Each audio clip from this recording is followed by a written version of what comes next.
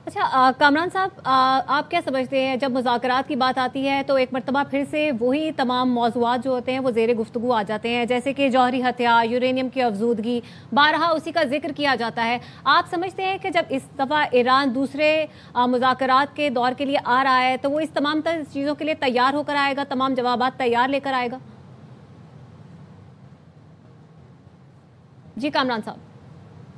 जी बिल्कुल सही है, क्योंकि ये पहली बार ऐसा नहीं हो रहा है कि ये मुज़ाकरात हो रहे हैं। तो इसकी तैयारी तो कई बार हो चुकी है।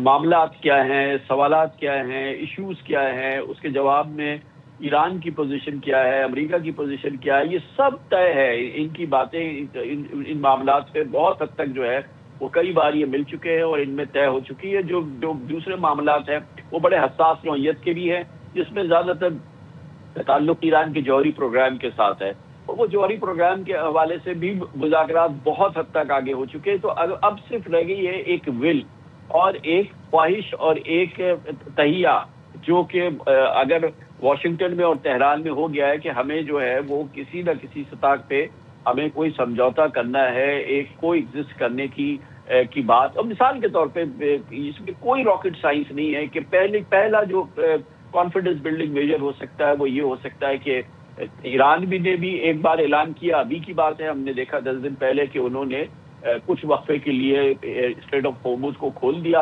अगर ये अचानक अमेरिका की ये ख्वाहिश सामने आई कि वो नहीं, वो अब जो है उसने वो जो नाकाबंदी की हुई है वो उसको किसी सूरत में उसने फैसला ये किया कि अब वो जो है वो इसको बंद कर देगा और अब वो इसको नहीं चलने देगा। तो अब सिंपल सी बात यह है कि ईरान और अमेरिका, जिनकी ख्वाहिश ये है कि वो इसको जितनी भी इस वक्त ये सिचुएशन है, स्ट्रेट ऑफ हॉर्मुज को खोलना है, ये दोनों यकमुश्त एक साथ खोल दें तो मसला आना तो हल हो जाएगा। दुनिया तो सबसे पहले सुकून का सांस ले लेगी, और उसके बाद फ्रेमवर्क ऑफ डायलॉग जो कि इनका तय है, टेम्पलेट इनकी बनी हुई है या अभी और मजीद बन जाएगी है।